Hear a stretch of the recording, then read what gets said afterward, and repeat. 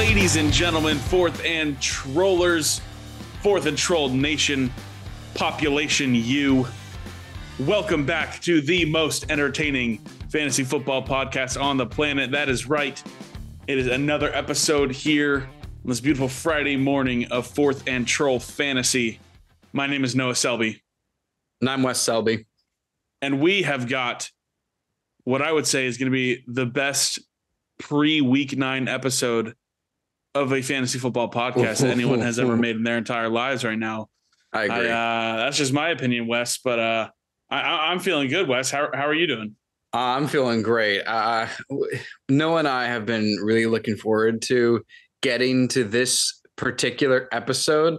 If you listened last episode, then you know why we're excited. We've been waiting to talk about Mark My Words. We're halfway through the season. And, just thinking from last night, though, that was a pretty good game. I'm a little surprised that the Texans made it competitive, and it was tied at halftime. So kudos to Houston. They're still worst team in the NFL, but hey, not bad going against the best team in the NFL. Noah, how did you like the game? Yeah, I thought it was good. I watched that first drive. I was like, oh my gosh, Davis Mills is great. Is incredible. Like, I was like, this is awesome. Dameon Pierce looked great. Would have loved to see a little more in the second half from that Texans team, but I'm pretty sure the Eagles went into the locker room and Nick Sirianni probably screamed at everybody and was like, hey, what are we doing here? Yeah. It's 14-all right at the half right now. What's going on? And I was saying to a buddy of mine, we were watching the game together, I said, Sirianni's probably still going to yell at them after this game for it being a 12-point game. Against the Texans. If this Texans team without Brandon Cooks, without Nico Collins, it's just like, whoa, like what are we doing here? Like, he did not look happy, really. I mean, by obviously far a win's a win, but yeah, their easiest opponent of their upcoming schedule and their undefeated streak. So going forward, you said it last time, Eagles have a good shot to go undefeated. Well, that percentage I think has gone down based on this game, but any given Sunday, we'll see what happens going forward. Definitely going to see what happens. We've got a great show for you guys today. We're going to go over a crazy record-breaking trade deadline Tuesday and talk about a little more of that Eagles-Texans Thursday Night Football game. And then, as Wes alluded to a little bit, throughout this podcast, you've heard us use that little MMW, little mark my words after making some hot takes, some bold claims. Well, we're at the halfway point. And so we're going to go over some of those and see how we're doing so far. We're going to look at our preseason ranks, see kind of where we landed at right now, how we're doing so far in those areas. Halfway through the season, it's crazy. I was just talking to a friend today about this is nuts. This is crazy. We're already halfway through the year. It feels like it's already gone by too quick, and I feel like it's going to be over in the blink of an eye. And fantasy's going to be over, and yeah, it's just crazy. It's nuts. But we're going to close the show out per usual with some studs and duds. But first things first, Wes, as always, serenade us with some gorgeous news out of the NFL for this week 9. It's the news. It's the news. Maybe that should be the jingle. Ooh, it's the news. I like that. All right. Anyway, we should get Bruno Mars to do it for us. Oh yeah, we know him. He's awesome. He's a big fan. A little bit of short guy. If he was too tall, that's what happened when God was creating him. He was like, if I make him tall, he's going to be too powerful of a human. So he will be king over. You'll have to make him short. Earth. So there you go. Yeah, that's fair. All right, let's get into the news. So just so you know, we're going to get to the trades at the very end because Noah and I want to break down how the impacts are for both teams that lost the player and the teams that gained the players around them respectively. So we'll get to them at the very end. Right now, we're going to jump into the news here. First things first. In case you haven't noticed, we got a few teams on a bye week. Just make sure you double check your lineups for any of the Denver Broncos, the New York Giants, the San Francisco 49ers, the Cleveland Browns, the Dallas Cowboys, and the Pittsburgh Steelers. They are all on a bye week. It's going to be a Woof. heavy toll on a lot of fantasy. No fantasy teams. relevant players on those teams. Am I right? So right, dude. My goodness. Yikes. All right. So just a reminder for that.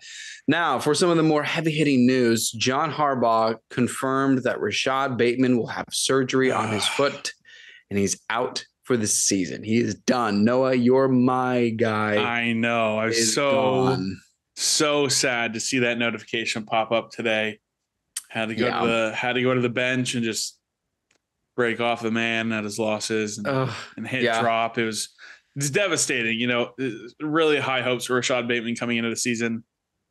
Couldn't stay healthy, even when he did. He had a solid 2 games. First two games were solid.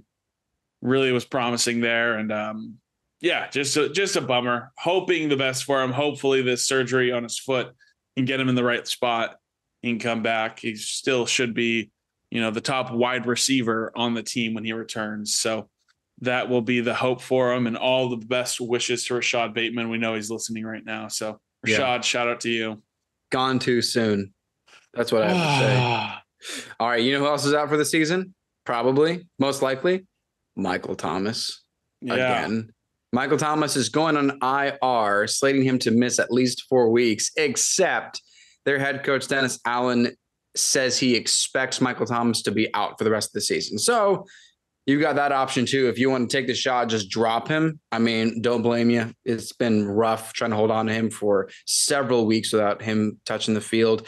Jarvis Landry, however, returned to practice in New Orleans. It could assume the wide receiver 2 role as long as Chris Olave continues to maintain his high PPR volume. He's the next best option there in New Orleans. Speaking of wide receivers, hey, everyone. Keenan Allen is day-to-day with a hamstring injury. Remember? Oh, I missed saying that. Now I got to say that every day because it's going to be day to day. He did not practice Wednesday. And I think, Wednesday and Thursday. And let me just say, this is stupid because that's the real report. 100%. They said this is stupid. Actually, even worse is that Keenan Allen believes his hamstring got worse over the bye week. Isn't that great? Fantastic news. Get this. Joshua Palmer could also be questionable with a concussion protocol. He did practice on Thursday, but he was listed as questionable for the game. No Mike Williams, maybe no Keenan Allen, maybe no Joshua Palmer. Whew, good times there in LA. It's going to be all Austin Eckler. Yeah, Austin Eckler's going to have 20 points just off the catch, not even the yards. Yeah, Austin Eckler's going to have 20 catches this game, is what I'm saying. Yeah, this is ridiculous. Probably. Also in LA, Cam Akers has been held out of practice for a while. A lot of confusing relationship with him and McVay. They were trying to trade him away. Nobody accepted offers, yada, yada, yada. Anyway, point being, Sean McVay apparently had a good conversation with Cam Akers, and it's even a possibility he's going to play this Sunday. He's back in practice. He's trying to get some work in there. Doesn't seem to be a major factor in Darrell Henderson's role. Of Cam Akers is going to be fantasy relevant at any point, but just something to keep in mind if you are streaming running backs for any kind of stashing your bench for something. In that same team, Cooper Kupp was limited on Thursday. Redstone reports that apparently it was a very limited practice, obviously trying to keep the best receiver in the league in best condition as possible. Keep your eye on his status, though, because the Rams play the late game on Sunday. So in case he becomes a game time decision, Noah is a very big advocate to make sure that you put your late window games in your flex option if they're questionable. Flex them up, baby. Game time. Yeah, game time decision. So just keep an eye on Cooper Kupp there. For the Bears, hey, you saw the headline. Chase Claypool is now the Chicago Bears wide receiver. He's expected to start against the Dolphins for his first game, which is so funny, Noah, because I was listening back to our episode on Tuesday. We were talking about George Pickens, like, oh, man, 0 points. I think it's going to be okay, but Chase Claypool's there, baby. I don't know if it's going to happen again. Chase Claypool is starting to look good. Yeah. We'll see. George Pickens, maybe. Claypool, excited to see how this turns out for him in Chicago. Well, as we know from Houston, last night Brandon Cooks did not play against the Eagles. And Brandon Cooks was at first a non-participant for Tuesday's practice for what was a personal reason, leading many to believe before the trade deadline that he was going to be traded. Then they claimed it was a personal/wrist reason. And then the following day, on Wednesday, he missed practice again because he wasn't traded. And he had this big tweet about, not going to cover up for the lies anymore. And he's just upset with the team. So for that reason, Lovie Smith made a coach decision to not play him. Now the Texans are 1-6-1. It's going to be difficult to know if Brandon Cooks is going to stay there, if he's going to try to finagle some way to get out of there, get cut by them. Who knows? What Lovie Smith said after the game, though, is that Brandon Cooks will be back in the building today. So seems like they're going to try to work something out. Until then, it's hard to know what to make of Brandon Cook's status. Nico Collins is the next wide receiver in the depth chart, even though he didn't play last night with a groin injury. Once he's healthy, he would be the number one if Brandon Cooks continues to sit himself out. Who knows what's going on? We saw Chris Moore, some other guys, Philip Dorsett make a couple good plays there. Just a tricky situation. Brandon Cooks was a good option for a little bit for fantasy, but right now, don't really know how it's going to play out. A few more here, folks. Then we'll get to the trades. Broncos announced Melvin Gordon will be the starter going forward in Denver. He's going to be the RB1. Latavius Murray will be RB2 in case you have either running back. Just keep that in mind. The Browns have made it clear they will start Deshaun Watson regardless of Jacoby Brissett. Regardless of how Jacoby Brissett played on Monday night against the Bengals and they trounced them, and regardless of how he will play in the next few games. This is Deshaun Watson no matter what. Jonathan Taylor did not practice on Wednesday or Thursday, reportedly because he is not yet 100%. If he misses time, Deion Jackson will fill in as the starter, who put up 23 points against Jacksonville in week 3 in place of Jonathan Taylor. And although Cordero Patterson is optimistic to play, the Falcons haven't expected him to start. Currently, Tyler Algier is preparing to be the starter unless the Falcons feel that Cordero Patterson is ready to play a full game and get back out there. Another running back that has a little bit of a scare with an injury, Derrick Henry, was listed on Wednesday with a foot injury. He was limited and then put on the injury report on Thursday. It doesn't seem to be any kind of concern to miss time, but if he were, Dontrell Hilliard would be the starter. I was talking about him a couple of episodes ago. He'd be the starter. He's already put up a 20-point game just through PPR while Henry was playing. So if you're concerned, Hilliard's the guy to get. Also in Tennessee, Ryan Tannehill was limited with this week, did not even practice Thursday. He's still expected to play Sunday night against the Chiefs, but his status is definitely up in the air. And just a few more things here. Actually, no, we're going to jump to the trade. One trade to note, though, that does not really impact anything this season. Calvin Ridley is a Jacksonville Jaguar. He is suspended indefinitely. So no need to go stream him, pick him up, put him on your team. He's probably not going to touch the field once this season. That's a next season trade thing. But now, no, let's dive into some of these very, very, very exciting trades that happened all in like a matter of minutes on Tuesday morning. Yeah, it was crazy. We had 10 trades on trade deadline Tuesday. Wow. That shatters the record for the amount of trades previously made on trade deadline Tuesday by double. The most that had ever been made on trade deadline Tuesday was 5. We had 10 this past Tuesday. I thought you were joking about record breaking. I thought you were just trying to make no. Truly record breaking. Truly record breaking. A few that don't really matter to fantasy, just Wes, so we can just get excited about it real quick. Yep. One, I mean, just because defense and a bigger name, Roquan Smith was traded to the Ravens. Yep. From the Bears. Interesting kind of situation because a week earlier, they traded Robert Quinn to the Eagles. And then we'll get into this in a second, but then they traded for Chase Claypool. So it's like, are you trying to contend, or are you trying to rebuild? You gave away a second round pick for Chase. Anyway, we'll get into that in a second. Just interesting trades there for the Bears, but the Miami Dolphins, our squad, our boys, traded for stud pass rusher Bradley Chubb from the Denver Broncos. There's a lot of talks about Bradley Chubb wanting a big extension, not getting it just because he hadn't had a massive breakout season yet. So far right now, he has, I believe his stats right now, 5.5 sacks in 8 games played. He is absolutely killing it this year. A lethal force rushing the passer. So thrilled for us as Dolphins fans to be able to get him on the defense. Feels like we haven't really had a good pass rusher in a very long time, pretty much since Cameron Wake. So, love Cameron Wake. If anything for fantasy, it may tally up some more sacks and points there for defense, but it's not really the kind of acquisition that makes nothing that we're like, my gosh, run to the waiver wire and add the Dolphins defense. But listen, just as Dolphins fans, I'm thrilled because not only did we trade for Bradley Chubb, we signed him to a 5-year extension on Thursday. Oh yeah. So it was like wasting no time. Here we go. Let's go.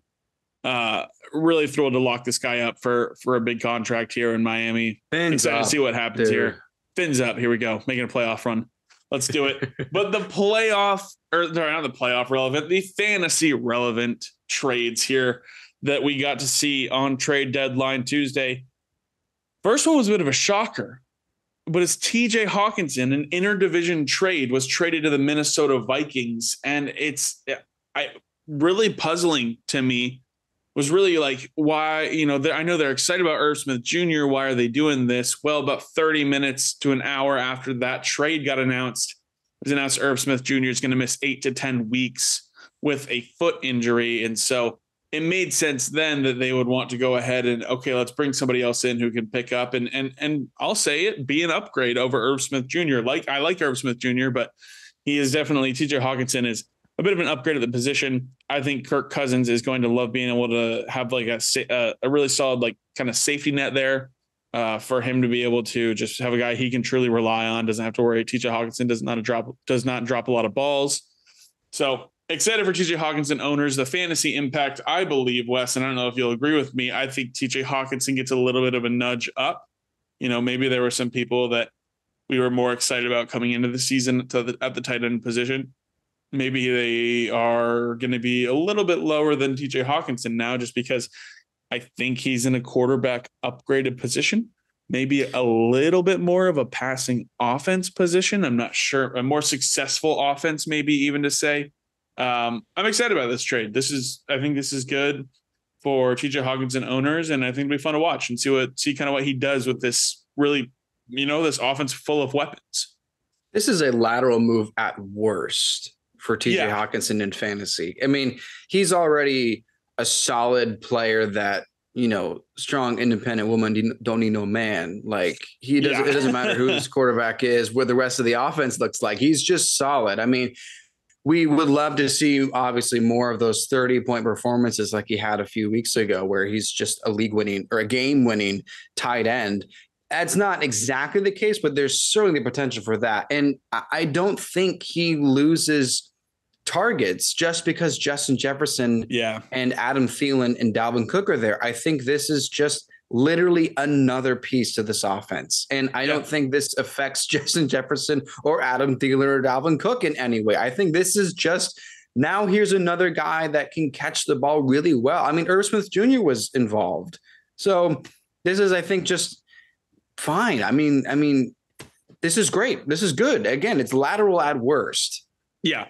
Yeah, we go back and look at how Kevin O'Connell used Tyler Higbee and how he used Gerald Everett when they were all in Los Angeles with the Rams. And while they weren't like every week lighting it up, you were fine playing them if you needed to, that sort of situation. And so we didn't necessarily see Irv Smith Jr. take off the way we wanted to. I know he was a bit of a sleeper for a lot of people, but I think Hawkinson is going to do well here with his Minnesota offense. And hey, maybe TJ Hawkinson will get to win a playoff game this year. Maybe if they keep that going. Ooh. So I like that. Next man up in Detroit is Brock Wright. Not, if you need to take a flyer this week, maybe, but not going to be anybody who's really fantasy relevant at the tight end position in Detroit, at least for the first few weeks here until we get a better grip on kind of who was going to fill that void there. But Brock Wright would be the next man up there. We're going to stay in the division because, as we talked about a little bit, Chase Claypool was traded to the Chicago Bears for a second-round pick the Steelers got back. I'm going to say it right off the bat already. I think the Steelers won the trade. I don't think Chase Claypool, while he did have a great rookie season, I don't think he's going to be worth the second-round pick for the Bears. So taking him at. I agree. Really shocker move. It was like, okay. All right. I guess, all right. Justin Fields gets another weapon, a guy that I'm excited about over the next few weeks for sure. Has been really good in fantasy over the past 4 weeks as well. But I don't know what to make of this, really. It's like, okay, good for the Bears, but all right. Like, I don't know. I think, wild as it is, I think Chase Claypool probably downgraded his fantasy position, his fantasy output, maybe. I don't know. Or maybe he's in a better spot. Maybe I say downgraded because of the quarterback situation, even though Kenny Pickett to Justin Fields is not maybe a major drop off. But I don't know. I think I'm probably anticipating Chase Claypool taking over as the top receiving option, at least out wide, and maybe Darnell Mooney goes into the slot a little bit more. I'm not really sure. I know they're probably seeing a little bit more in Justin Fields in Chicago, and they want to surround him with more offensive talent. But like I said, this team just traded away the two of their best defensive players, and so I'm not really sure kind of what this move was for, why we gave up a second round pick for this, but it's going to be interesting. I mean, it's Justin Fields has been exciting to watch. And so adding another playmaker to his, arsenal isn't necessarily going to be, harmful on the eyes. I think it'll be more fun to watch this offense play a little bit. And maybe Fields unlocks a new level with Claypool. Maybe Claypool gets back to his rookie season kind of production where he, big play touchdown guy. And so maybe, if you're a Chase Claypool owner, I think you're maybe a little excited that your player got into a spot where he is going to be the guy, it feels like. And so that's where I'm looking at it. I'm not really sure. I'm bummed for Darnell Mooney's fantasy because he was starting to get an uptick the last few weeks, and he was making a case for himself to be worth picking up off the waiver and being consistent. And he was making some great grabs and making some contested catches as well. And I think Justin Fields was beginning to build a bit of rapport with him, but that is now the rapport isn't gone, but now there's someone that has, name brand value in some way and is going to compete against Darnell Mooney for targets. And I think Justin Fields probably benefits in the realm of fantasy. Like we will see more of his passing yards increase, and there's an opportunity for more passing touchdowns now, not because Chase Claypool is going to have a ton of touchdowns, but now, help draw some secondary away and open up, more of the passing tree for him, as well as even just draw coverage further downfield so Justin Fields can run it further downfield. I think if anything, this probably helps Justin Fields fantasy, which is probably great timing too, with your take that he's going to be a stud, next 3 weeks, pick him off the waiver. This is now an even stronger case to go get Justin Fields, I think. Yeah, no, definitely. I mean, I don't want people to forget necessarily about Chase Claypool's rookie season. It was with Ben Roethlisberger. That was a lot better of a time. Actually, I don't even think it was Ben Roethlisberger. I think it was when Roethlisberger got hurt and they were between Mason Rudolph and Duck Hodges. I believe that was 2020. I believe that was 2 years ago. Yeah, I think you're right. Because Chase Claypool had 9 touchdowns in his rookie year. So there really is a chance he may, in a new scheme, maybe he just kind of unlocks that rookie season that he kind of had, that production that he had. But yeah, it's a lot of variables here, and I'm not really sure how it's going to fall. What I do know is that George Pickens gets an uptick because he is now going to be playing a lot more snaps more than he already was.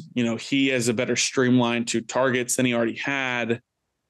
I'm excited. I am a George Pickens owner in one of my leagues. I'm excited to have George Pickens because, the Steelers team is bad and they need to throw a lot. And when you have a better opportunity for targets in an offense that's bad and needs to throw a lot, your production opportunity is going to go up as well. So excited about that. For sure. Also excited for Pat Freiermuth. Yeah, just more targets to go to fewer guys here in the Steelers offense and a handful of guys who are fantasy relevant. So I think that's exciting as well.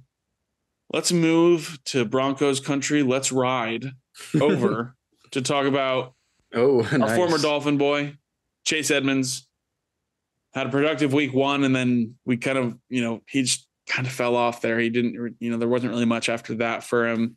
Wasn't really fitting with the offense. Didn't feel like a good fit there. So Dolphins decided to move on in that Bradley Chubb trade and send him in that trade needed to clear up a little bit of financial space as well. So they sent him to the Broncos.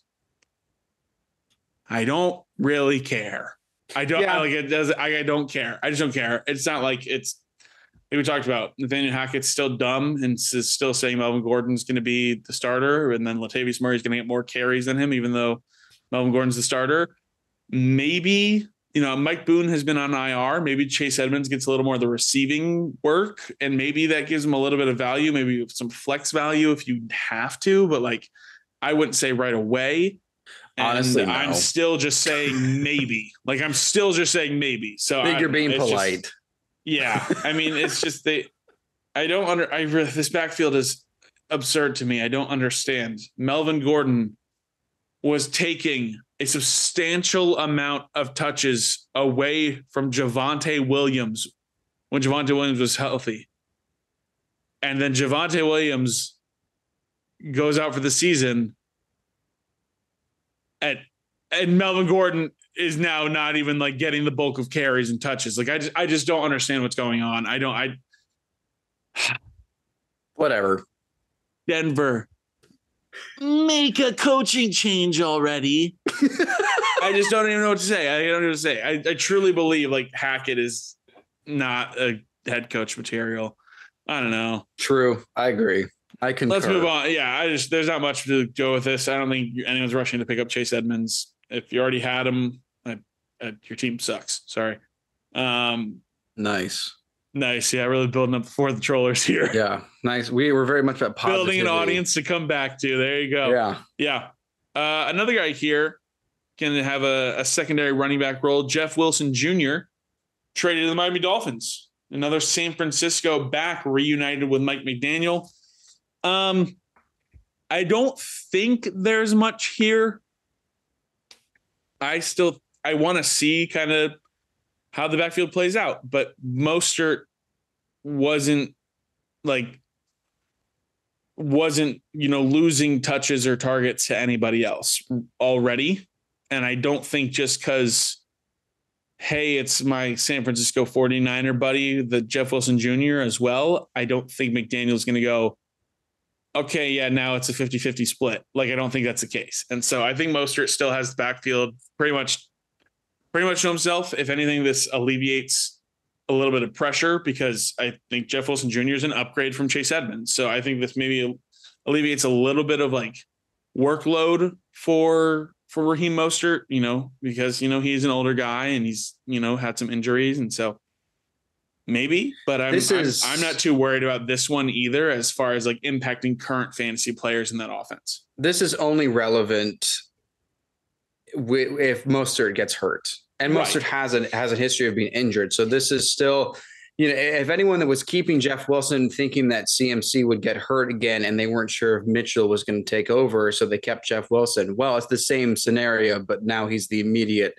RB2 in Miami, and that makes, Elijah Mitchell the immediate RB2 when he's healthy, right? Because he was named the starter going into the season. So if McCaffrey ends up being hurt, Elijah Mitchell is now right there. Jeff Wilson, who has been starting, has put up some great numbers, has been top 10 several times this week, can step into a role if Mostert misses time. But we don't see this being the Jeff Wilson trade was after the Bradley Chubb trade, and then they gave Chase Edmonds. The Dolphins gave Chase Edmonds to get Bradley Chubb, and then after that they got Jeff Wilson. So this wasn't now we can get rid of Chase Edmonds. This was the replacement. So he's still backup. Yep. Yeah, just a replacement back there. Definitely a talented guy. I mean, I was happy to get Jeff Wilson as a Dolphins fan because I really like Jeff Wilson, but just kind of a backup role there for him. Last one here was right at the buzzer.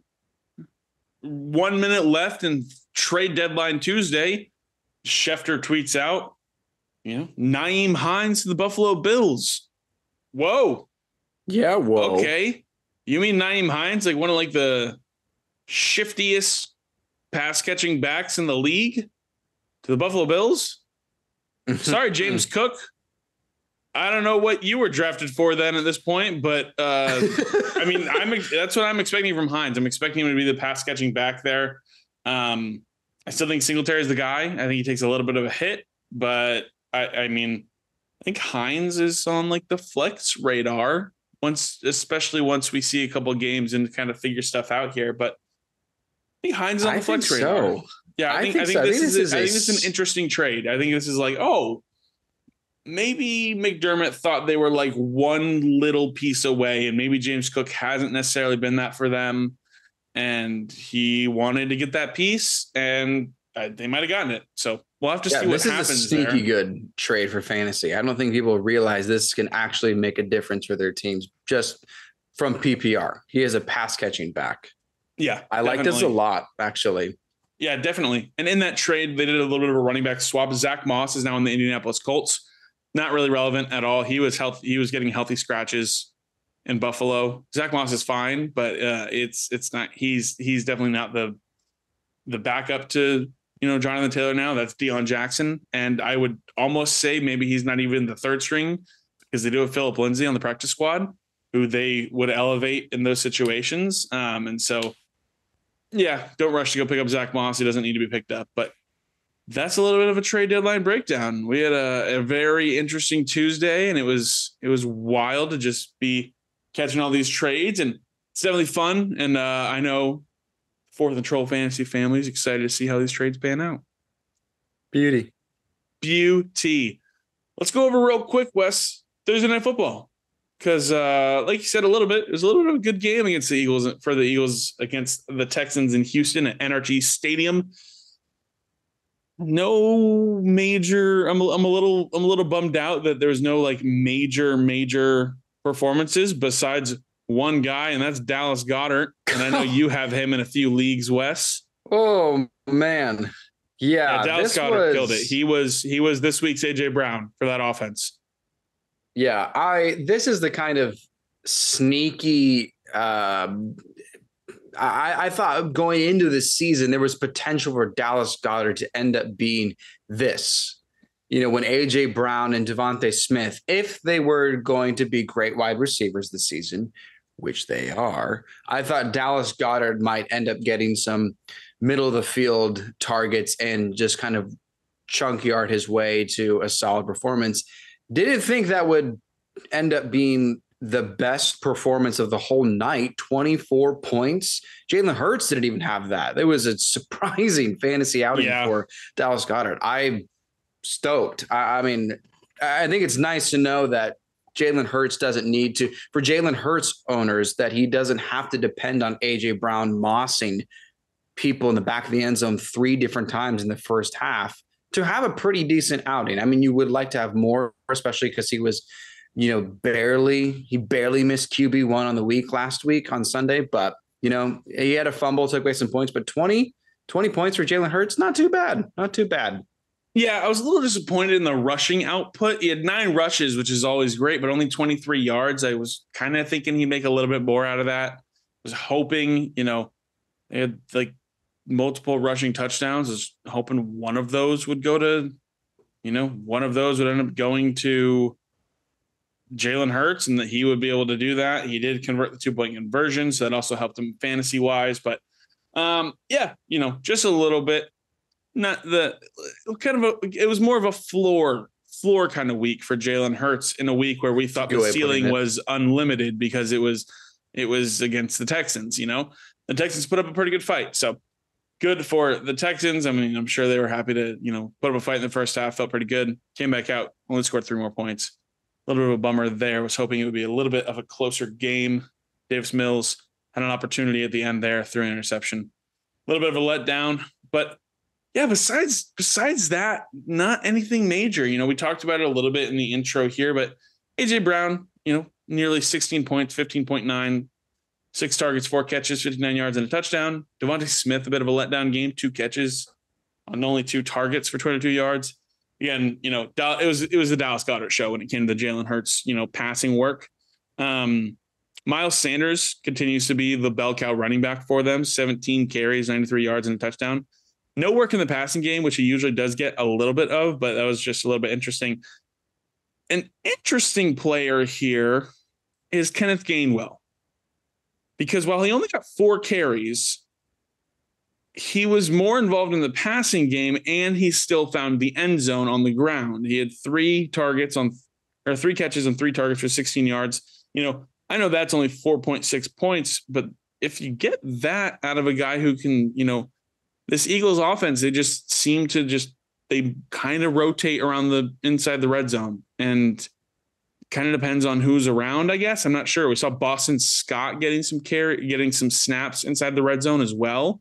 So it's just interesting. Maybe keep an eye on Kenneth Gainwell. He might be a little bit of a sneaky ad if for some reason something were to happen to Miles Sanders. It seems like he would be the guy to take over. Yeah, I think that's what I take away is if Sanders were to miss time, I think Gainwell can fill in almost identically.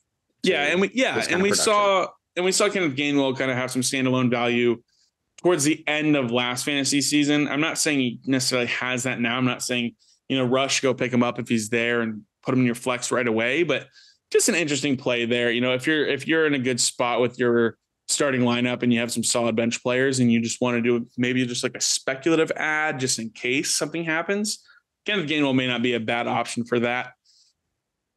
Nobody really of note on the Texans offense. Dameon Pierce ran incredibly well and ran it a lot. Man. 27 carries for 139 yards, about 5 yards a carry there for over 5 yards a carry there actually for Dameon Pierce, but just 13.9 points. He wasn't involved in the passing game this week. He didn't get in the end zone, but this man is it's awesome to see him play and run. I'm so happy for Dameon Pierce getting an opportunity here in the NFL and being able to showcase what he's worth and what he can do. Looked like a little bit of a mini Derrick Henry out there. I would almost say I've been thinking about it recently and what kind of comparison we can make. He kind of reminds me of like Maurice Jones-Drew a little bit, just like this. It's a good one. This, just the wrecking ball of a player, just head down, run, let's do it. But he's got that shiftiness to him, and so, I mean, we love Dameon Pierce. So, not the fantasy output you were probably hoping for, but just dude was running the ball a ton. He was pretty much the whole offense tonight, or on Thursday Night Football. Sorry about that. He played way, way better than his fantasy output ended up being.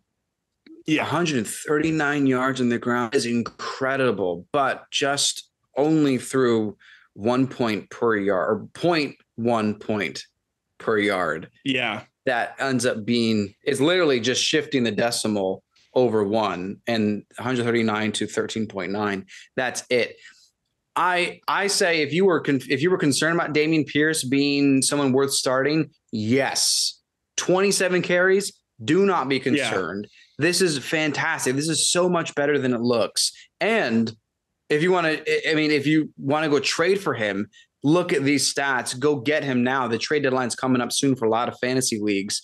This is probably your last chance because this is so much better than the fantasy stat line gave us. I think he's great. He's so good. He could be rookie of the year. He's going to be awesome, man. Yeah. And let's real quick, last thing. Let's not forget this was the Eagles defense who have been shutting down running backs most of the year.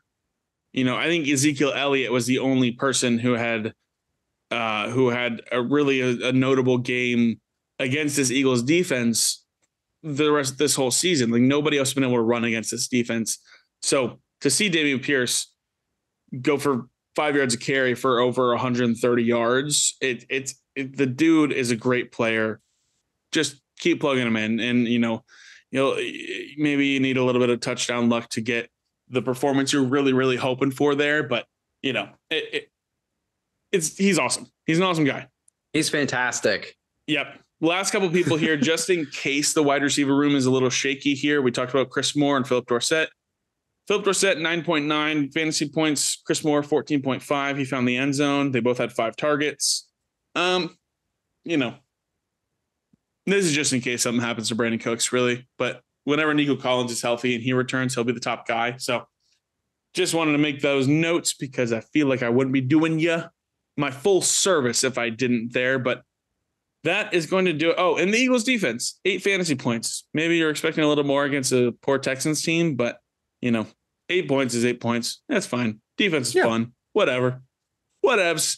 That is going to do it for Thursday Night Football recap. And now the moment you guys have been waiting for. As we talked about, mark my words, has been something we've wanted to document and just make sure we have written down regarding our big calls that we're making, our big takes. And we stood by those, and we still do. And we know that, we can't be wrong. No way. We're marking our words here. And so we are at the like I said earlier, we're at the halfway point of the season. So we're going to go back over our mark my words so far this season. And then we're going to look at how our rankings have played out so far, our preseason rankings of positions, see what's going on there. And then we're just going to look at how our best values and our biggest busts are doing. We labeled those at the beginning of the season as well. So it's going to be a lot of fun. It's going to be exciting. Wes, start us out of the midway recap here with some top 10 rankings. I believe you've got my top 10 quarterbacks in front of you, my preseason top 10 quarterbacks. How'd I do? I'm so excited. I can't wait to talk about this. Okay. So just a little preface so that everyone understands kind of how we're determining where these rankings are. Noah and I are going to be using the ESPN full PPR rankings for all of these statistics. And this is also before last night's game. So mainly Dallas Goedert, Jalen Hurts, AJ Brown, that kind of stuff. And Dameon Pierce too. This is all before last night's game. So really up until, through week 8. All right. So I'm going to read, Noah, your top 10 quarterbacks in order, tell you where they're ranked, and then I'll tell you anybody that you missed and you should have seen coming on this list. All right. So you said Josh Allen would be number 1 QB. And he is. Yeah. No surprise. It'd be hard to say he wasn't going to be. Just for fun, he's 3rd in passing yards, 2nd in touchdowns. He's 4th in quarterback rushing yards. He's actually only had 2 rushing touchdowns, but that's because they're actually 7, or he's tied for 7th because there are 5 other quarterbacks that have 3 or more rushing yards. So regardless, he's still QB1. He's well-rounded. You said Justin Herbert would be number 2. He's not. I know he's top 10, but he's not number 2. He's not top 10. Oh, he just had his bye week, or he's having his bye week. He's at a bye week. So because of that, he is number 13. He's actually one of only 5 quarterbacks that have over 2,000 passing yards, but he's only had 12 touchdowns. So it's the reason he's not in top 10 plus the bye week. So you said Lamar Jackson would be number 3. And he sure is. You gotten 2 out of these top 3 correct. Is he 3? He's number 3. Okay, I thought I was remembering that I did make him 3, and I was like, oh man, I don't know if he's 3. He's had a bit of a letdown, but I think those big weeks at the beginning really helped him, keep that spot there. That's exciting. I should have gone 10-1, but now here I am going from 1 to 10. No, that's fun. Lamar Jackson is leading the league in QB rushing yards, of course. He's only actually had 2 rushing touchdowns as well, but he's actually 4th.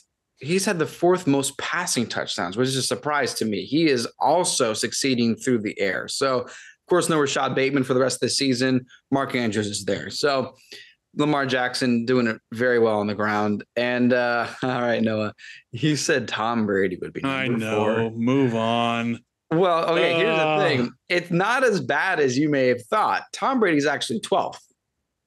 It's the way he's been playing feels it's still not. Yeah, it still hurts. Yeah, he is actually 2nd in passing yards, and he's only thrown 1 interception the entire year. But the real problem is he's only thrown 9 touchdowns in 8 games, and he's only thrown multiple touchdowns once this whole season.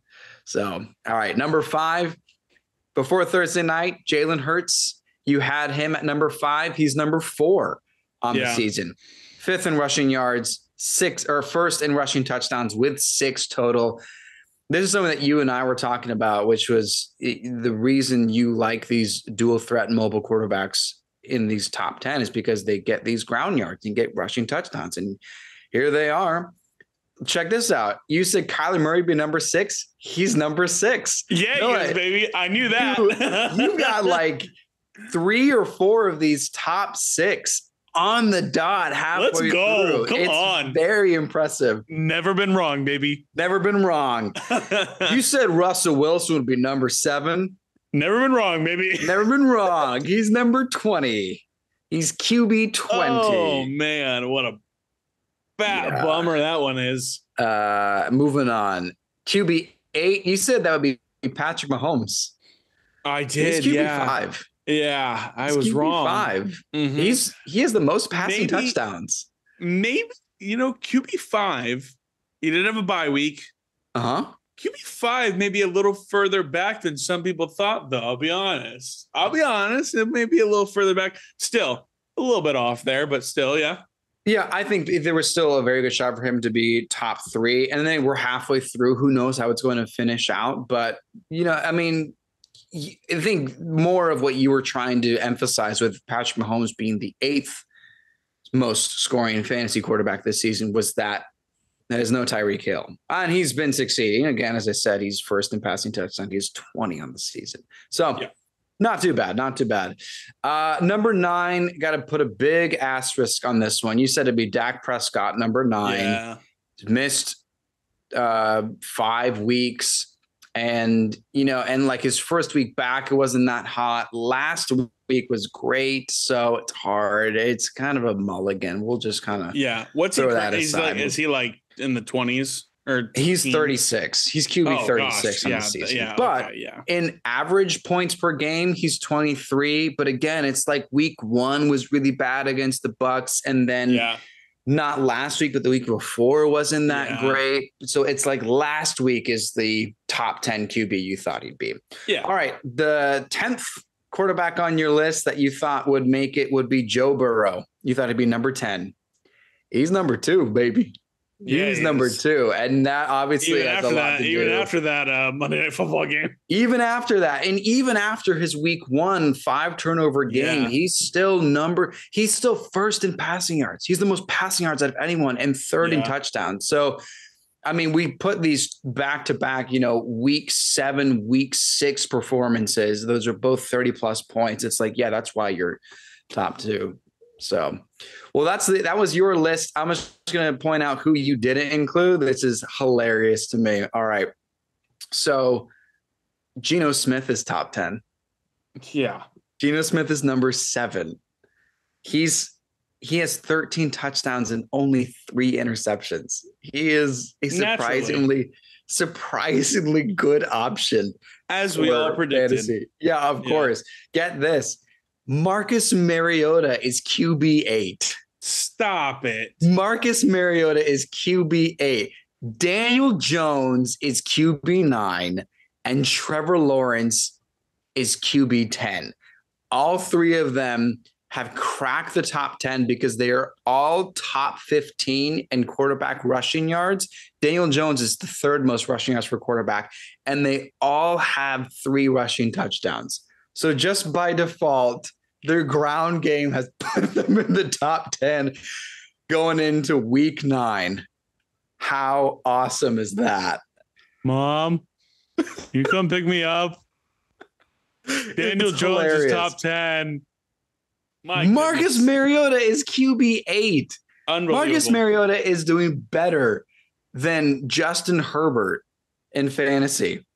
Unbelievable. Ridiculous. I cannot believe it. It is absurd that is the case, and that's what's going on here. But it is what it is, and that is not too bad though. The top half of your ranking almost spot on so far. Well done, Noah. Thank you, Wes. I appreciate it. Wes, I'm going to go over your preseason running back rankings. Are you ready for this? I am as ready as I could be. Yeah, let's do it here. So both of our number 1, but Wes, your number 1 running back on the season, preseason, was Christian McCaffrey. I remember that, yeah. He's currently RB2 after, my goodness, why couldn't you have started on the 49ers? Right, what are we doing here? But he is currently the RB2 on the season. Now your RB2, Wes, is Najee Harris. Yep. Najee Harris is RB23. # never been wrong, baby. Never been wrong, Never dude. been wrong. Nope. As we established that SPDB O-line, that stinky poopy diaper butt O-line is just ruining him. And maybe we need to have a conversation about some of his decision making when running the football. I've noticed some stuff over the past few weeks.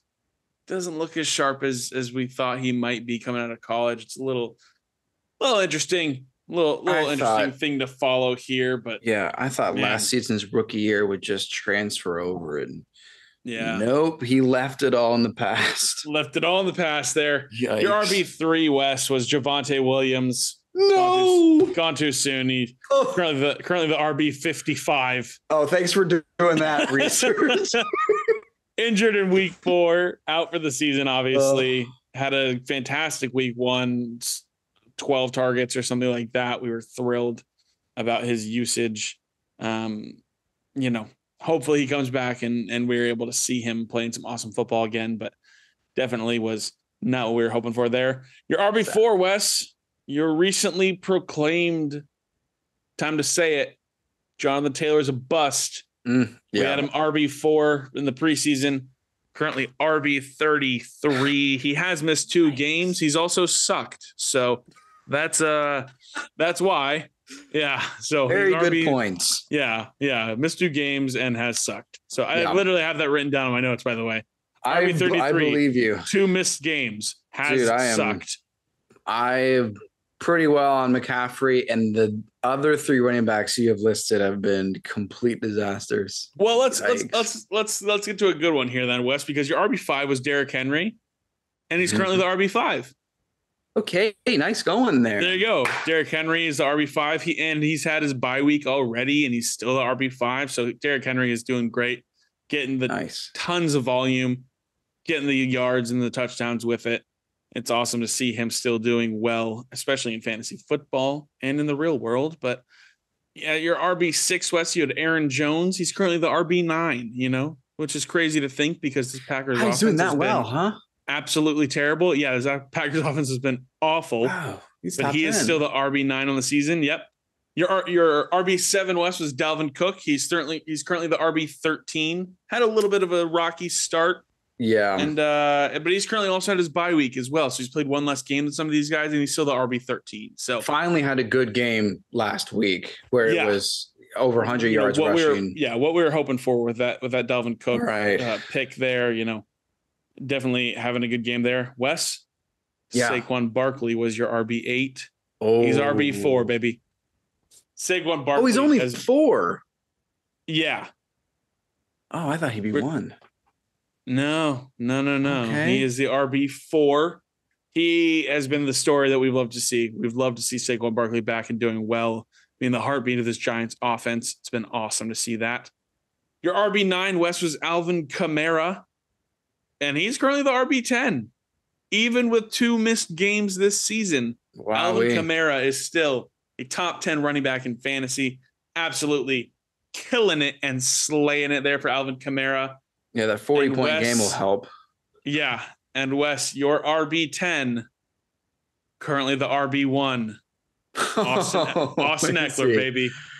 Austin Eckler, currently the RB1. He has had his bye week, and he has had now, after a rocky start, he has had 4 straight games of 24+ fantasy points. Man, oh man. 3 of those games, he had 34.9+ fantasy points, and 3 of his past 4 games. He has over 110 fantasy points in the last 4 games.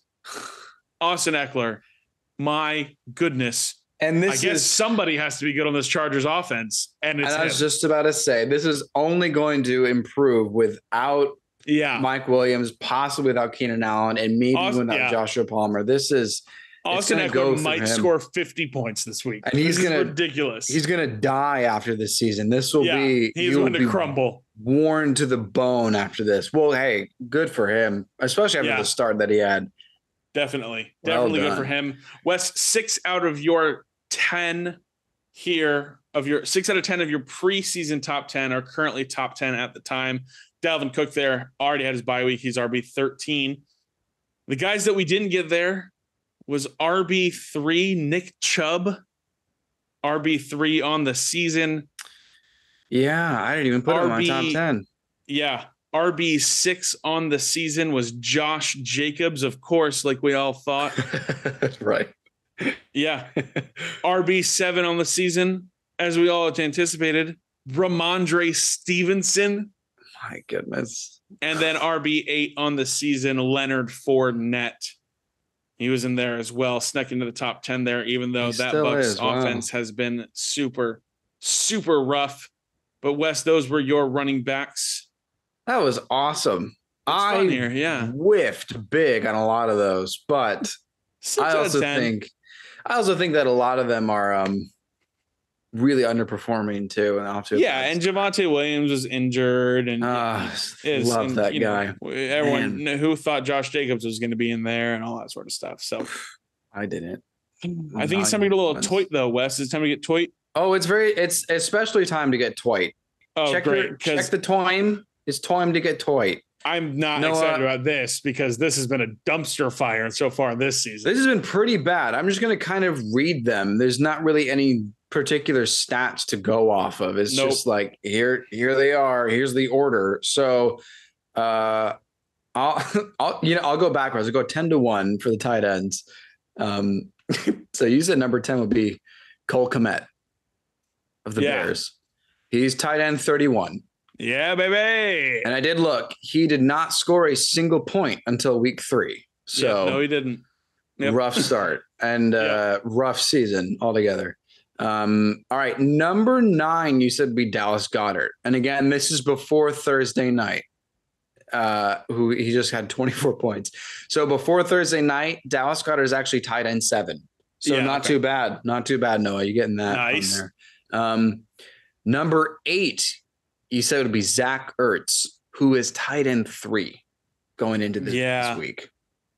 Very impressive. Still sticking around there. He's sticking around, but this is what you've been saying is that he would start out in the top 5 and then would just, once D-Hop came back, he would decrease and would end up like kind of lingering in the back of the top 10. So I still think this is going to be a very, very accurate pick and ranking. I hope so. Number 7, you said would be TJ Hawkinson, the new Minnesota Vikings player. He's number 4. He's actually number 4. And I think it has a lot to do with that monster game he had. It definitely does. Yeah. Number 6, you said would be Darren Waller.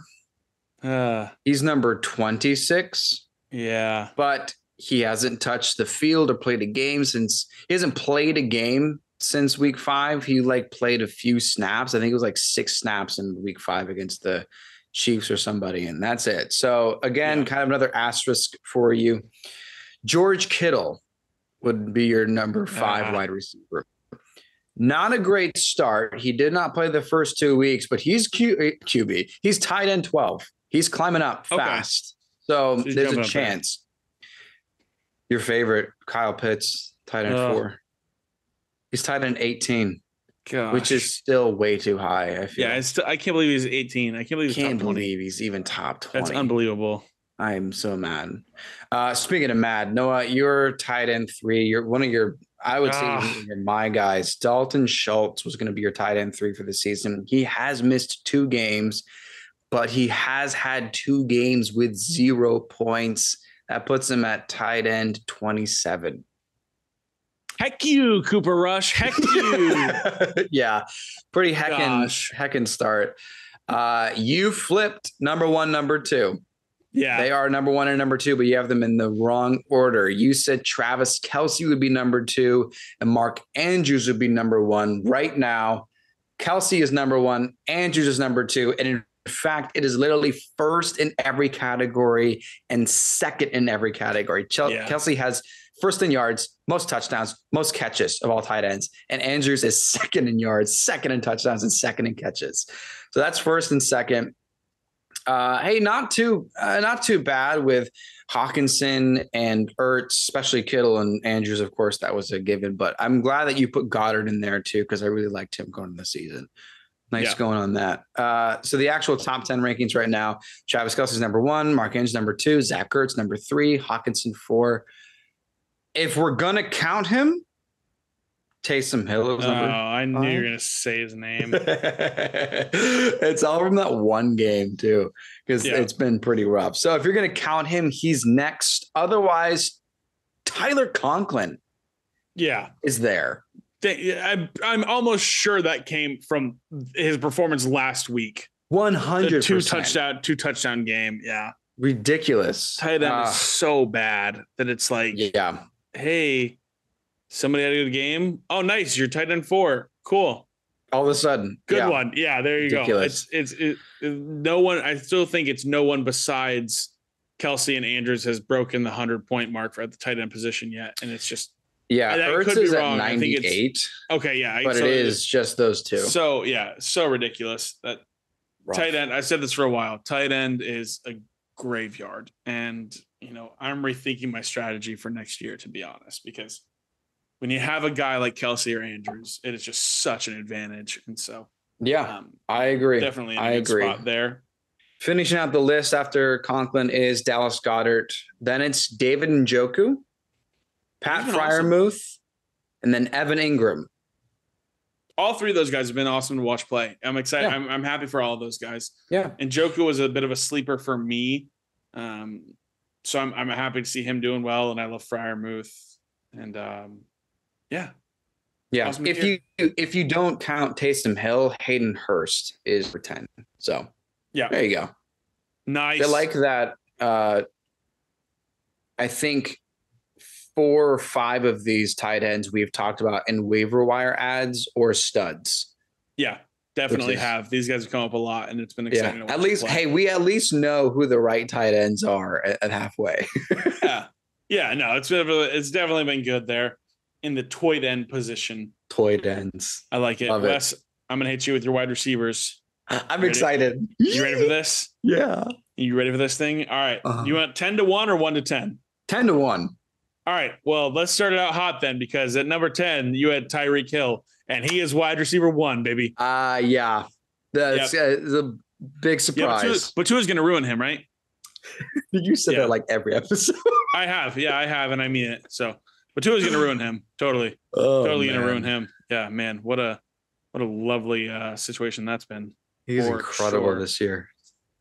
Tyreek Hill's unstoppable. Yeah, let's move on here. We're going to go ahead and go to wide receiver 9. Wes, you had at wide receiver 9 Mike Evans. He is wide receiver 11. Somehow he's still flirting with that top 10 range there. Definitely has not been an exciting offense, but he is absolutely up there as well. At wide receiver 8, Wes, you had Stephon Diggs. He is wide receiver 2 on the season. Diggs is killing it. I'm going to tell you a little bit later why he's not going to kill it this week. A little preview. Stinky. Okay, here we go. Oh, man. At wide receiver 7, Wes, you had CeeDee Lamb. He is wide receiver 10. Wide receiver 10 with Cooper Rush as his quarterback for so many weeks. Wow. I'm excited for CeeDee Lamb, man. He is gonna. CeeDee Lamb owners should be excited about having Dak Prescott back for sure. And at wide receiver 6, Wes, you had AJ Brown. He is wide receiver 7. Wow. So you were right on there, and he had his bye week already. When we released these, so when you released the quarterback ranking, because like you and I you were like, I'm not sure if AJ Brown is going to be this, and I was like, I've got a feeling. When we released your quarterback rankings, you got a little bit of heat for not including Aaron Rodgers. And people were commenting, they're like, how could you not put Aaron Rodgers in there, dude? It's Aaron back-to-back MVP. And you're like, there's no Adams. And you're right. I don't even know where he is right now in the rankings. But when I saw that, I was like, oh my gosh, I'm going to be massacred. I texted you. I was like, I'm going to get embarrassed for putting AJ Brown in my top 10.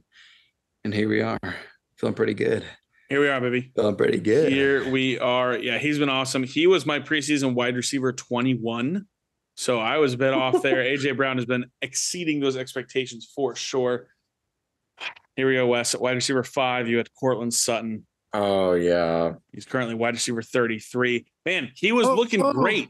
He was looking awesome for the first few weeks. It was like, yeah, dude's killing it. And it doesn't even matter that Russ is playing bad. Cortland Sutton's doing awesome. He dropped to 33. He has over the last few weeks. Holy hell, dude, that's insane. Yeah, it sucks. Yeah, he's been rough there. Devontae Adams was your wide receiver 4. He's currently wide receiver 9, still top 10. And maybe things might be a little different had he not just had that terrible performance. So a little bit of a rough spot there. But at wide receiver 3, Wes, you had Cooper Kupp. He's wide receiver 3. Hell yeah. Boom. Nailed it. Never been wrong. Never been wrong, baby. At wide receiver 2, you had Jamar Chase. He's currently wide receiver 6. Also, that's currently not gonna set stay. to miss. Yeah, about 3 to 5 games now at this point. So it'll be interesting to see what happens here. And at wide receiver 1, Wes, you had Justin Jefferson. He is currently the wide receiver 4.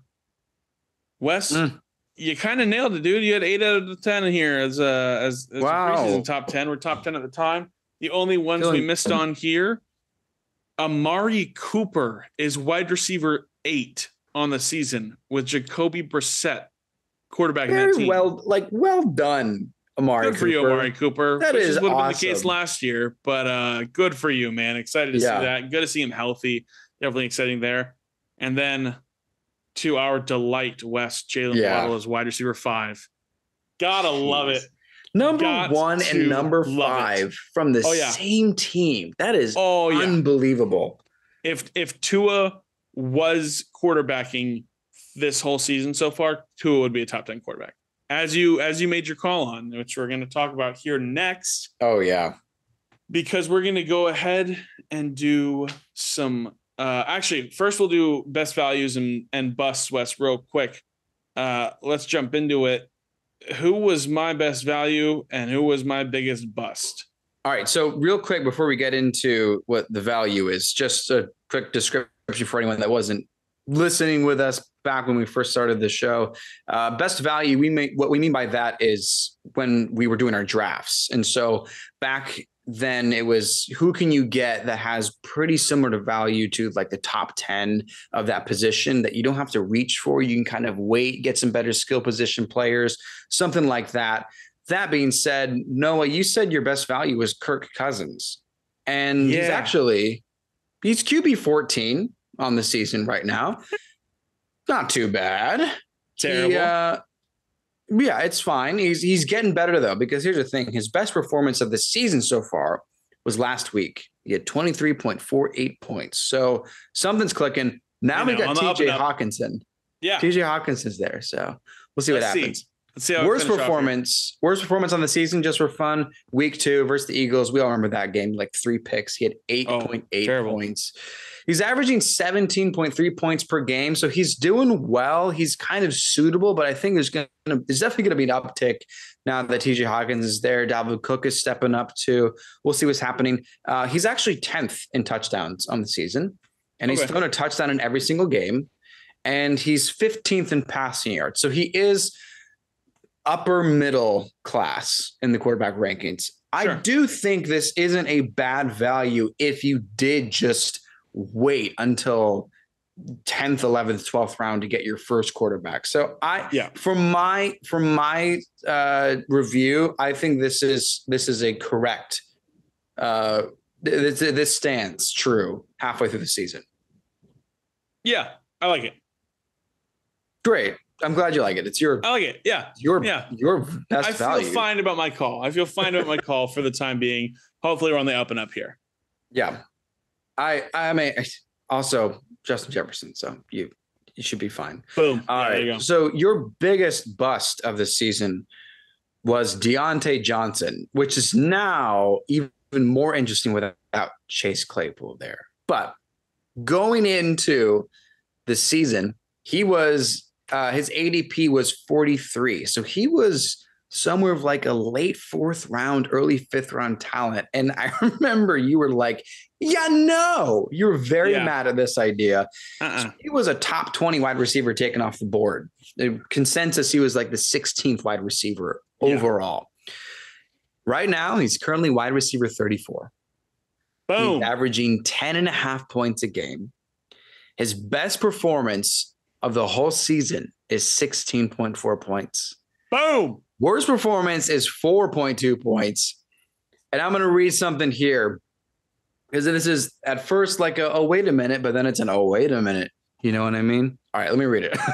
He's currently on pace for 169 points on the season, which is actually slightly better than he did last year. And he finished wide receiver 12.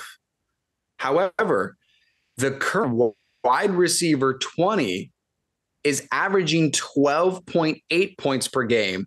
And that's on pace for 215 points. Yeah, I was about to say, what?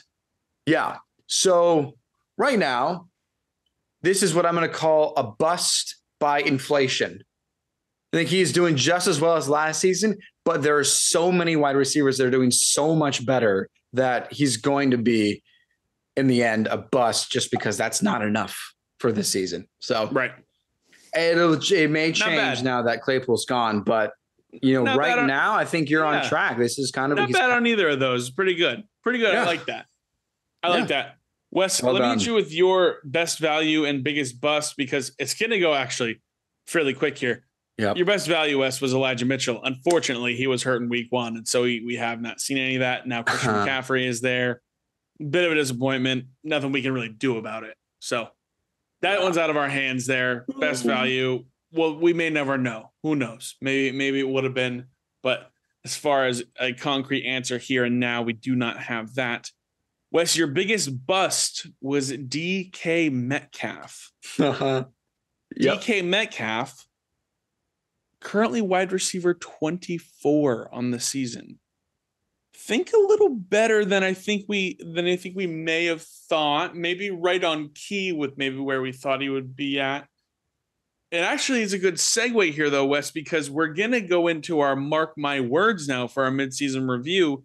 And you marked your words about DK Metcalf. Do you mind if I just start us out here with that one? Beautiful transition. Take it away. Yeah, let's do it. So in our third episode of 4th and Troll Fantasy, Wes, you said, mark my words, DK Metcalf will finish with less than 200 points and finish below wide receiver 25. Well, like I just said, he is currently wide receiver 24.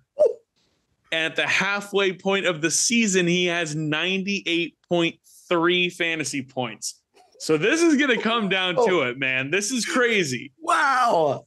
This is like, wow, this is going to be a photo finish here for the end of the season here. Awesome. It's pretty wild here. It's pretty crazy. Do you want to the maths, baby. Them's the maths. Wes, do you want to go back and forth here? Do you want me to just hit you with all yours? You can hit me with all mine then. You have marked your words 4 times. How many have I? You have marked your words 6 times. Okay, then I will actually, you just read all mine, then I'll read all yours. All right, let's do it. So this is more of a season-long one here. In our first episode ever, Wes, you said, mark my words, Kirk Cousins and Tua Tagovailoa will finish top 10 at the quarterback position. Kirk Cousins currently, as we just talked about, you say QB, was he QB 14 or 13? 14. 14. Okay, currently QB 14. Tua Tagovailoa currently QB 17, who also missed 10 quarters of football. He may go ahead and eclipse that top 10 there. That's going to happen. Yeah. No doubt in my mind. I'll say it will. Yeah. Both of them. I believe both of them will. I agree on that. Wes, in our 5th episode ever on 4th and Troll Fantasy, this was just a week-long thing here, but you said, mark my words, Ezekiel Elliott will not score a touchdown in week 1. And you were correct. He did not score a touchdown in week 1. I didn't realize I said mark my words. You did. You said mark my words, baby. In our 7th episode of 4th and Troll Fantasy, Wes, you said, mark my words, Amon-Ra St. Brown will be a 2nd-round draft pick in fantasy drafts next year. Been too many injuries. After weeks 1 and 2, with 20.4 fantasy points and then 39.4 fantasy points, Amon-Ra has struggled to stay healthy when he has. And when he hasn't broken 13.9 fantasy points This Lions offense was so exciting. And then I don't know what happened where they just kind of dropped. We'll see if he gets back into the good graces of people and he can be a second-round pick next year. Wes, this one's a little bit of a this one's a little bit of a wash here, but episode 12 of our fantasy football podcast here, you said Latavius Murray will have more points than Melvin Gordon. Oh yeah, Thursday Night Football. He didn't play, so that one's a wash there. I just included that one because we said it, right after he was signed, on us. Flew from London and didn't have enough time to start. Exactly. So. Yeah. Funny. And then Wes, just recently, just about 3 episodes ago, you said mark my words, Terry McLaurin will be a top 10 wide receiver 5 more times with Taylor Heineke under center. I forgot I said that. Holy cow. You did, yeah. And so that was just 2 weeks ago. Last week, he was wide receiver 17 with Taylor Heineke after a top 10 finish when you did end up saying that. But he's wide receiver 17 with guys ahead of him like Jacoby Myers, Garrett Wilson, and Rondale Moore. So, we're comparing this to the absolute explosion week, which was just insane. So we're going to have to keep on looking there, but that is going to be all of your mark my words for this season so far. Wes, why don't you tell me what I went on the record for? What did I say mark my words on? You got 4 of these here, and this is awesome. This is very funny to me. All right. Great. So episode 1. Yeah. Mike Evans is a league winner. So as we stated too, with the wide receiver rankings, he's not doing bad. He's wide receiver 11, but he has 577 yards and 3 touchdowns, which is not league-winning stats. It's startable stats for certain. He's had a 30-point game once, but he's only scored more than 20 points once. That's the one time he ever scored more than 20 points.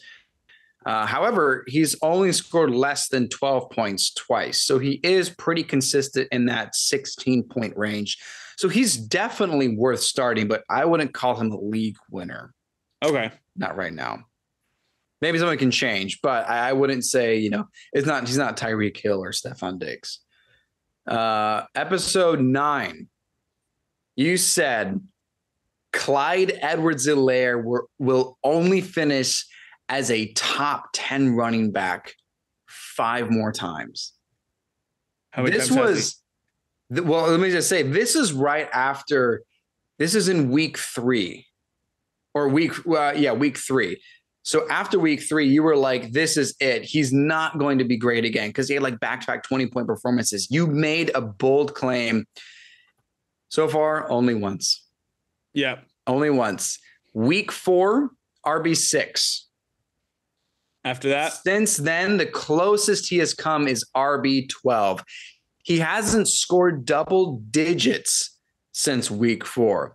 And just to prove how right you are, over the last 3 weeks, if you combine all of the points that he scored in the last 3 weeks, he would only be top 10 twice. If you combined all of them since you said that. You nailed it.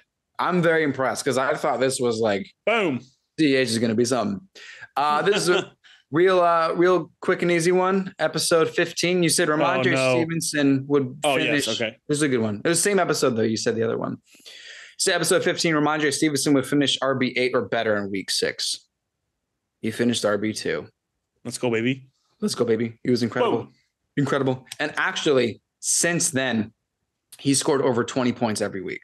So there's a reason he's RB7. Takeover season. Yeah. Yeah. All right. And the dreaded one that you excited for. In that same episode, you said Tom Brady will finish weeks 6 through 11 as a top 10 quarterback every single week.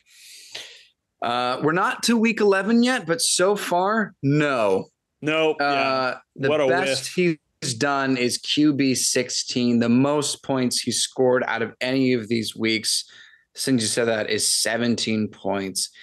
And in fact, he's only been a top 10 quarterback twice this whole season. Yeah. So. Bummerooski.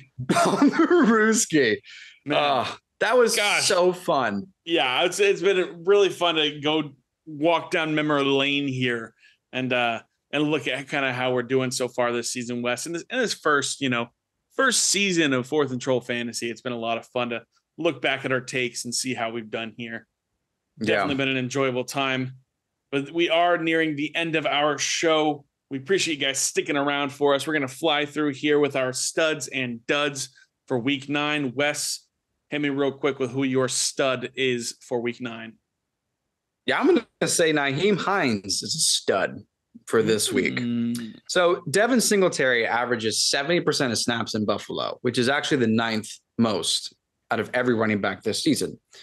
However, Jonathan Taylor, who Nyheim Hines supported up until Tuesday, averaged 73% of snaps, which is the 5th most. So Hines is very familiar with being the backup. But Nyheim Hines has already seen just as many targets as Devin Singletary. He has more receptions than Singletary, and he has more receiving yards than Singletary. Even with Jonathan Taylor controlling the backfield, Nyheim Hines averaged 34% of snaps in Indianapolis. Hines actually led the backfield in targets. He had 28 targets. Now, some of you may be thinking, hey, Wes, didn't you just call Jonathan Taylor a bust last episode because they don't have another weapon? Maybe that's why they're targeting running back so much. Yeah, fair point. What if I told you the Colts are actually targeting wide receivers more than the Buffalo Bills are?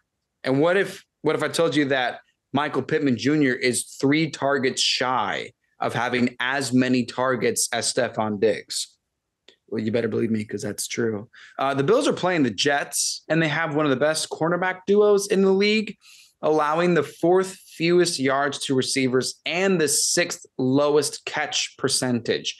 I know it's still Josh Allen. I know it's still Stephon Diggs, but the Jets are also bottom 10 in running back receiving yards, running back targets, and running back receptions. So you put this all together, you get Nyheim Hines making an impact for the Buffalo Bills in his first game after the trade and overperforming his 7.4 projection.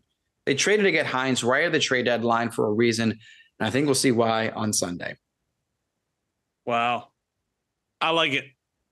I am excited to watch this Bills offense play because I want to see how this backfield breaks down. And Wes, I have a hankering that you might be right here. I think Nyheim Hines could be in for a good game, especially being able to get a full week of practice in there with them as well. I think it's going to be interesting. Yeah. I think it's going to be a lot of fun. And I think Sean McDermott wouldn't have made a trade for somebody, wouldn't have made a push for somebody unless they were going to use them. So I'm excited about that. Yeah, he's a PPR value. That's where I think it's all going to come into play, and I think it's going to be fantastic. Noah, who's your stud for this week? Yeah, my stud is Raheem Mostert, running back for the Miami Dolphins, going up against the Chicago Bears. Just a 12.7 point projection on ESPN Fantasy Leagues this week. I get it. He's coming off a disappointing week where people really expected him to just absolutely boom against the Lions because it was Lions. But I'm keeping the faith pretty heavily this week against the Bears. Mostert has still had at least 14 touches in all but 2 games this season. And if we can recall what Tony Pollard did last week against the Bears on just 15 touches, I'm all in on Mostert having a really, really, really good week and finding the end zone while doing so. As I said earlier, I'm not majorly concerned about Jeff Wilson Jr. being in Miami now, just as I wasn't concerned about Chase Edmonds being in Miami. Mostert should still command the backfield. And yeah, plain and simple, I have full confidence in a killer week from Raheem Mostert this week against the Bears. He is a stud for week 9. I'm glad you're making this point because I think there are people who are worried that Jeff Wilson is going to eat into Mostert's workload and maybe reduce his carry count and even snap count as well. But Mostert is, and this is the point we're trying to make at the top of the show, Mostert is the RB1. Jeff Wilson is the backup. And we upgraded our backup. That's kind of what happened. Exactly. 100% correct there, Wes. Thank you. Are with me on that, and I love it. Yeah, Raheem Mostert, plug him into your lineups. It's going to be a really good week. Wes, tell me who's going to be a dud this week in week 9. DK Metcalf. Oh. I'm doubling down. He's a bust. Okay. And now he's going to be a dud week 9. Check this out. This is awesome. He sucks against the Cardinals. He is so bad against the Cardinals. It's not even like, oh, he's okay. No, he's really bad. He's never had more than 5 catches in any of the 7 games he's ever played against the Cardinals. He's never had more than 60 receiving yards. He's never had 60 receiving yards in any of the games he's played. He's only scored once, ever, out of every time.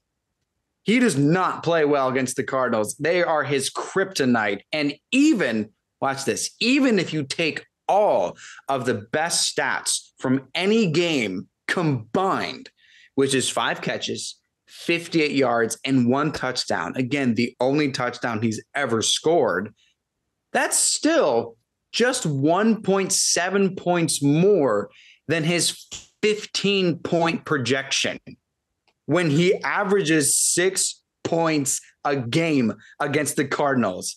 Not only is he my season bust, this dude is a dud. Week 9, I'm calling it against the Cardinals. DK stands for don't even worry about it.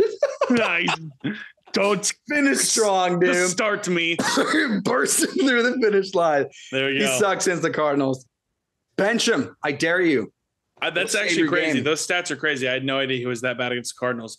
I think when we think about DK against the Cardinals, we think about him sprinting and chasing down Budda Baker to stop exactly. Pick 6, but the best thing he's ever done against the Cardinals is a defensive play. I was going to say, you're telling me he has as many tackles as he does touchdowns against the Cardinals in his career? Maybe more tackles, but honestly, he's more known for that tackle than anything. I mean, I have all his stats. He has 17 total catches against the Cardinals. Crazy. Since 2019. That's a division rival. That's a division rival. They shut him down. Dud. Wow.